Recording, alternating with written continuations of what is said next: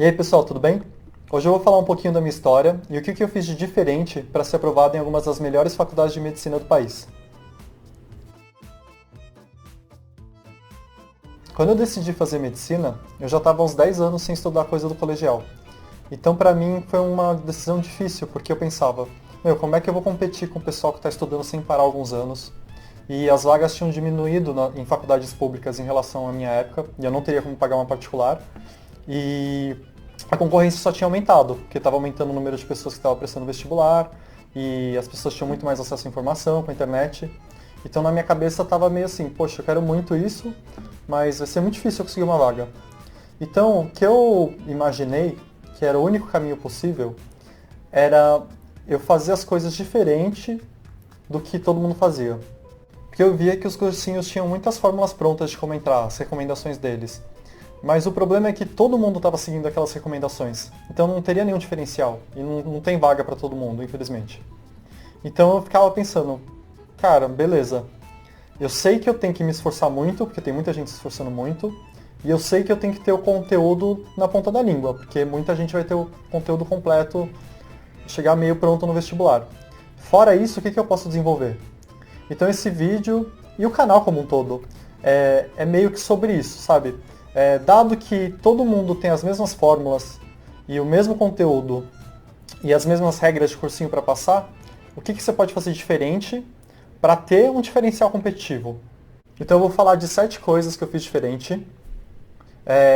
Óbvio que elas não são verdade absoluta, foi o que eu fiz, mas tem muita gente que passa de várias outras formas.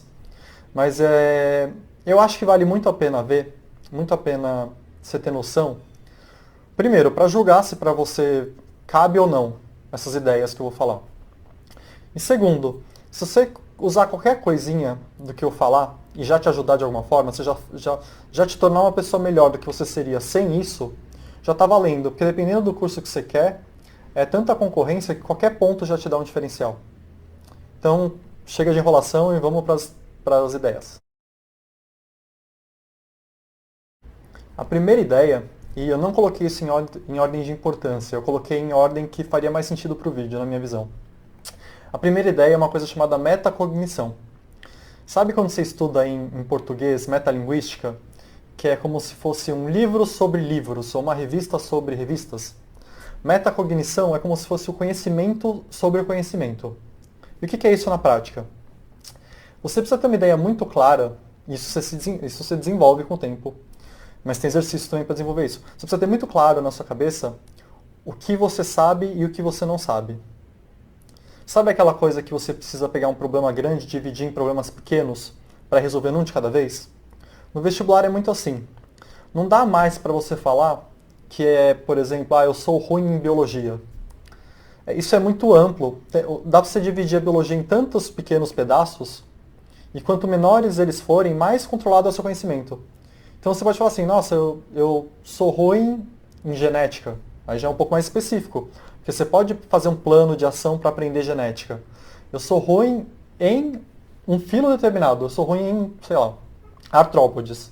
Isso é mais específico ainda. É mais fácil ainda de você trabalhar e saber se está conhecendo ou não aquele conteúdo. Então, metacognição é como se fosse uma tabela gigantesca sua, que você tem todas as matérias divididas em todos os tópicos, e cada um desses tópicos você tem uma ideia muito clara. Sei mais ou menos ou não sei. Então você pega tudo, você pega todas as matérias e começa a dividir elas. Sei lá, história do Brasil, formação do Reino de Portugal, que está dentro da matéria, chegada dos portugueses, aí tem a questão da escravidão, tem a questão do ciclo do ouro, tem a questão do pau-brasil, tem a questão da ditadura, tem um monte de tópico. Para cada um desses tópicos, você precisa ter essa noção e ser crítico em relação a isso. Eu estou sabendo ou não? Se cair esse tópico, eu vou saber ou não? Isso chama metacognição. Você não pode simplesmente ficar seguindo o roteiro de cursinho sem saber o que você sabe ou não, porque você precisa ficar voltando atrás nas coisas que você não sabe. E às vezes você pode passar mais rapidamente pelas coisas que você sabe. Tendo essa noção, está muito mais pronto para atacar o que precisa ser atacado. Está muito mais pronto para, aos poucos, ir crescendo o seu conhecimento. Porque ontem eu não sabia tais tópicos, hoje eu já sei tais tópicos. Isso vale muito mais do que você ficar comparando sua nota anterior com a nota nova. Porque os vestibulares mudam, a nota de corte muda do vestibular. Não quer, você pode ter caído de nota no ano seguinte e ainda passar. Você pode ter aumentado 5 pontos em relação ao ano passado e não passar. O que você precisa para crescer aos poucos, é dividir todas as matérias em tópicos e para cada tópico especial, ver em que nível você está. Esse é um tópico que eu já pulei, é só ficar revendo, ou esse é o tópico que eu preciso parar e aprender. Então essa é a metacognição. Depois eu vou tentar fazer um outro vídeo para ver se consigo dar umas formas práticas de você fazer isso e aplicar isso.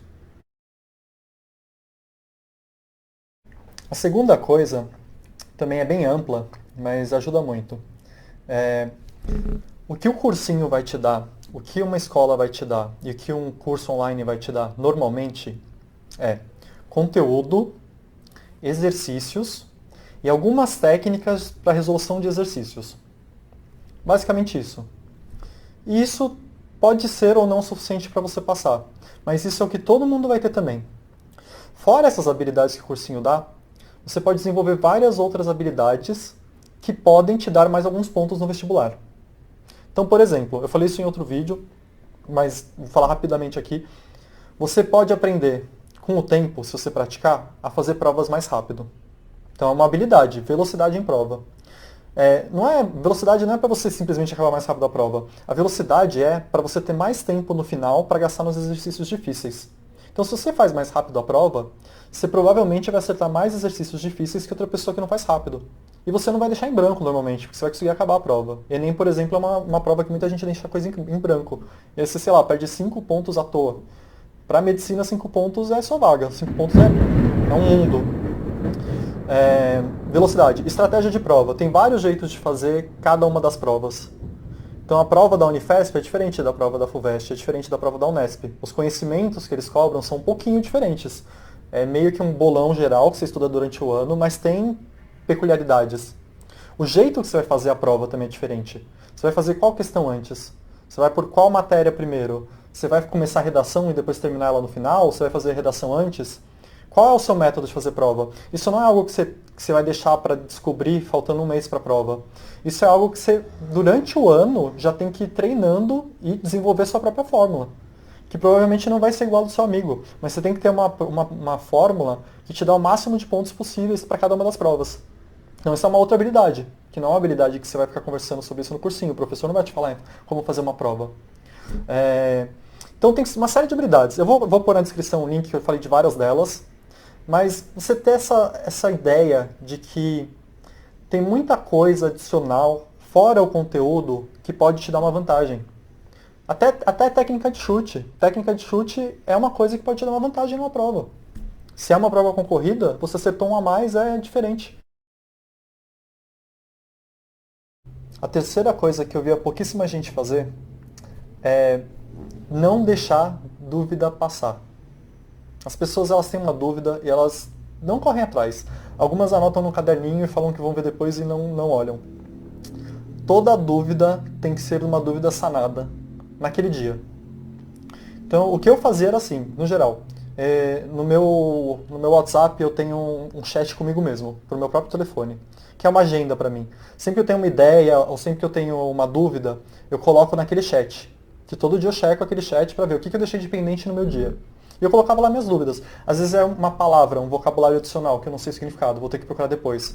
Às vezes é um tópico que eu já deveria ter aprendido e eu não aprendi direito, pelo que eu estou percebendo agora. Aí eu vou ter que voltar depois para estudar. Anota suas dúvidas e checa elas. E se você, no momento mesmo, já puder entrar na internet e checar, já tira a dúvida. Não deixa a dúvida passar. Dúvidas que passam se acumulam e vão te tirar pontos. Dúvidas que você resolve vão te dar pontos, porque aos poucos você está crescendo tirando essas dúvidas. Então isso é uma dica pequena, mas pouca gente faz. E já é um diferencial. Já vai te dar um vocabulário melhor, você já vai ler melhor as questões, você já vai saber do que se trata, você não vai deixar o tópico perdido. Então essa é a terceira dica. A quarta começa a ficar um pouco mais polêmico o assunto. Uma das coisas que eu fazia é revisão antes de todo o simulado. Por que eu fazia? Tinha gente que achava que eu fazia isso para ir melhor no simulado. Eu gostava de ir bem no simulado, mas não era a minha preocupação maior ir bem no simulado. Minha preocupação é, Primeiro, a revisão é um estudo bom. Você vai relembrar um monte de coisa, vai deixar isso mais acessível na sua matéria. Você faz isso várias vezes durante o ano, a maioria dos tópicos você vai saber de cara na prova, você não vai ter que ficar pensando, vai estar na ponta da sua língua. E outra vantagem de fazer revisão sempre antes do simulado, eu fazia na tarde anterior normalmente, se você faz o ano inteiro revisão, então sei lá, eu tive um simulado por semana, um a cada 15 dias. Se você faz revisão toda semana ou a cada 15 dias, você desenvolve uma técnica de revisão. Você aprende a fazer revisão. Você faz a revisão de um jeito melhor e mais rápido. Você faz uma revisão funcional. Não é aquela revisão que você chega no final do ano e fica lendo suas páginas e não lembra nada depois. Isso não funciona, funciona muito pouco isso. Então você faz revisão o ano inteiro, para quando chegar perto da prova, você conseguir fazer uns 2 dias antes da prova, uma revisão decente. E lembrar um monte de coisa. Então isso é uma coisa que pouca gente faz. Né? Quando eu contava para as pessoas isso, elas falavam assim, nossa, mas isso aqui é melhor no simulado. Aí você não vai saber o que você está sabendo ou não. E eu não pensava assim, na verdade eu pensava, não, pelo contrário, eu estou estudando para saber mais já. E eu estou estudando como fazer revisão, porque também é uma habilidade desenvolvível. Você também pode ser melhor em fazer revisão que outra pessoa. A quinta coisa, e essa acho que é a mais polêmica, que cursinho acho que nunca falaria isso. Eu não copiava tudo que o professor passava. Tem vários motivos porque eu fazia isso. Não era por preguiça de copiar, não. É porque eu vejo muito mais vantagem em não copiar tudo. Primeiro motivo, você precisa fazer as anotações do seu jeito. Quando você está prestando atenção na matéria, você precisa aprender ela, refletir a respeito dela e fazer sua própria anotação. Não uma mera cópia do professor. Você fazer uma mera cópia do professor, você não está processando aquilo, você não está jogando para o seu aprendizado e para a sua matéria. É uma coisa muito passiva, você aprende pouco com coisas passivas. Ao pensar a respeito e criar a melhor anotação possível, você está aprendendo mais. Isso é uma coisa. Segunda coisa, o processo de revisão está vinculado ao processo de anotação. E isso para mim, assim, nunca ninguém tinha falado isso. E eu só percebi depois de fazer muita revisão na minha vida. Quanto mais práticas, mais pessoais, mais visuais, mais enxutas forem as suas revisões, as suas anotações, mais rápido e prático e produtivo vai ser sua revisão. A revisão tem que ser feita com material que você bate o olho e resgata tudo o que você deveria saber. Isso acontece se você pensou para fazer aquilo. Não adianta você bater o olho em 20 anotações do professor. Ele vai lembrar o que ele escreveu daquelas anotações. Você não vai bater o olho naquilo e resgatar, você vai ter que ler palavra por palavra, e aí pensar, nossa, é mesmo, lembrei disso. Se fosse sua anotação, só de olhar você já ia lembrar da coisa. Então esse é um segundo motivo. Então o primeiro motivo seria, você aprende mais fazendo sua própria anotação, e o segundo motivo, você vai ter uma anotação melhor para revisão. O terceiro motivo, você vai poder prestar mais atenção, porque você não vai estar tão preocupado em copiar tudo.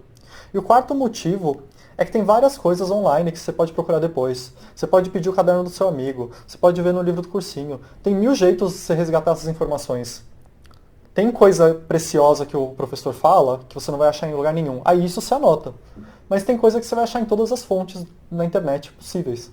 Isso não faz tanto sentido você anotar, a não ser que seja uma anotação para você lembrar bem depois. Então eu anotava coisas que eu achava que, coisas que eu tinha dificuldade, coisas que eu sabia que eu ia esquecer, coisas que era pura decoreba. Ou já fazia uma tabelinha, ou anotava depois fazer uma tabela completa dessa decoreba. E a única coisa que eu acho, isso sim você tem que anotar sempre, é que às vezes o professor, em vez de ensinar um conteúdo, ele ensina um método para resolução de exercício. Isso acontece muito em exatas e em genética. Você tem um exercício lá de genética, você tem que fazer passo a passo para chegar no resultado. Química tem muito isso. Se você não fizer passo a passo, vai dar besteira. Esses processos, que é como fazer o exercício, aí eu acho que você tem que copiar passo a passo. Mas o resto, que é puramente conteúdo, você tem que ser seletivo. Tem que transformar sua anotação em algo fácil de ler, rápido, para você fazer revisão depois e gastar o seu tempo em aula para aprender mesmo, em vez de ficar copiando. A sexta coisa é em relação ao seu planejamento, ao seu cronograma de estudo. O que eu conheço é que sempre tem no cursinho uma pessoa que pode te ajudar a fazer esse cronograma. E ela segue umas regras gerais que o cursinho passa para ela, essa pessoa. Só que cronograma, na minha visão, tem que ser algo super flexível. Tem que ser assim, você pode usar o material do cursinho de agenda como uma base, mas o tanto que você precisa estudar em cada matéria é algo muito pessoal. Então essa fórmula de, você vai fazer 1 hora de cada matéria por 1 hora cada matéria e vai revezar uma humanas e uma exatas. Isso é um modelo legal que vai ter, sei lá, milhões de pessoas seguindo nesse ano. Para mim, é algo mais assim. Cada pessoa consegue ficar concentrada na matéria por um tanto de tempo diferente. Tem gente que fica 45 minutos e cansa. Tem gente que fica 1 hora e meia e está rendendo ainda. Isso só você pode dizer. E isso varia de matéria para matéria. Tem matéria que você pode ficar horas, tem matéria que você aguenta meia hora. Isso já é um critério para você criar esse seu cronograma, que tem que ser flexível. Tem que ser o seu cronograma, você tem que se apropriar desse trabalho. Não dá para passar para outra pessoa fazer. Então, por exemplo, eu para algumas matérias não conseguia ficar mais de 45 minutos lendo. Eu lia 45 minutos e ia tomar um café. Porque se eu continuasse, eu não ia estar num estado de aprendizado. Aquele estado um pouco mais de alerta, que você lê e entende. Se você está naquele estado de sonolência, ou de que você olha para a folha, aí pensa em outra coisa, olha para a folha de novo, pensa em outra coisa, isso é um tempo desperdiçado, porque você não está aprendendo nada. Você está seguindo o cronograma, beleza, mas você não está aprendendo nada. Então o cronograma é algo que você precisa desenvolver o seu. Você precisa saber, eu tenho dificuldade nessa matéria, então eu vou gastar 3 vezes mais tempo. Essa matéria eu já sei, esse tópico eu já domino. Lembra da metacognição? Esse tópico eu já domino. Vou dar uma olhada aqui em 20 minutos, vou fazer exercício sim, exercício não. Os que eu não fizer, eu só vou ler o enunciado para ver se eu realmente sei ou não. E bola pra frente. Vou me focar no que eu não sei. Então, dando um exemplo prático. Eu, no ano que eu passei, eu tinha muita dificuldade em português e redação. Então, eu não poupei esforços para melhorar português e redação. Porque eu não tinha passado no ano anterior por causa de português e redação. Então eu vi que tinha uma grande margem de melhoria. Então meu cronograma todo dia eu via português e redação. Mas por quê? Porque eu precisava daquilo. Nenhum cursinho ia conseguir me falar isso. Você precisa estudar todo dia isso. Então tenha a mente mais aberta. Vai ver o que é um cronograma de cursinho. Legal. Mas aquilo é um modelo para todo mundo. É um modelo para um aluno genérico. Cada aluno tem uma peculiaridade, você funciona de um jeito que é diferente do seu amigo. Você tem facilidade em matérias diferentes, você fica focado por tempo diferente. Tem dia que você vai precisar descansar, tem dia que seu amigo não vai precisar descansar. Então, você coloca tempo para desenvolver outras habilidades. Não só isso. Então, sei lá, eu vou gastar tempo com revisão. Normalmente, minha sexta tarde não era um tempo de estudar o que foi dado no cursinho, era um tempo de fazer revisão. Esse era o meu cronograma. Todo mundo estava fazendo lição do que teve no dia no cursinho. Eu estava fazendo revisão. Então é essa a sexta dica. A última coisa que eu fiz muito é ler. Eu li muito. No meu cronograma tinha pelo menos meia hora por dia para eu ler. O primeiro motivo é que eu já falei que eu não era bom em português e redação. E nem hoje eu sou bom, mas eu fui bom o suficiente para passar na medicina nas faculdades que eu queria. Eu lia todo dia um pouco. De 15 a 45 minutos eu lia ou um texto de filosofia, ou uma revista boa, com vocabulário bom, ou algo em inglês, só para fortalecer um pouco o inglês. Então isso é algo que eu fiz. Aí você tem que avaliar se para você é útil ou não. Mas para mim, em interpretação de texto, eu fiquei muito bom. Isso eu acho que é um ponto que valeu muito, muito a pena. E interpretação de texto não é uma coisa só de português. Se você tem uma boa interpretação de texto, você vai bem em português, você vai bem em inglês, você vai bem em história, você vai bem em geografia. E eu só desenvolvi interpretação, você só desenvolve interpretação de texto lendo. Então, para mim, essa é a sétima dica, que eu acho que ninguém falaria, reserve um tempo por dia para você ler. Mas eu acho que você deve fazer isso. Para mim foi muito bom. E eu vou pôr na descrição umas dicas de leitura que eu acho que para mim fizeram diferença. E vai ajudar você na redação um pouco também. E essa é a última dica. Bom, o vídeo de hoje foi um pouco mais demorado, mas eu acho que foi o mais completo e mais importante até agora, que é, assim, na visão de quem passou nessas faculdades, o que aconteceu, e que não foi meramente seguir o que os outros falaram para essa pessoa fazer. Espero que ajude vocês. Se você curtiu o conteúdo, não deixa de dar o like, não deixa de se inscrever, eu ainda vou continuar colocando coisas de vestibular. De novo, as coisas que eu falo aqui não são verdades absolutas, não tem certo ou errado. Tem certo ou errado para você, o que funciona melhor para você. Mas de todas as dicas que eu já dei até agora, se algumas poucas já te der alguns pontos, para mim já valeu a pena. E para você também acho que já valeu a pena.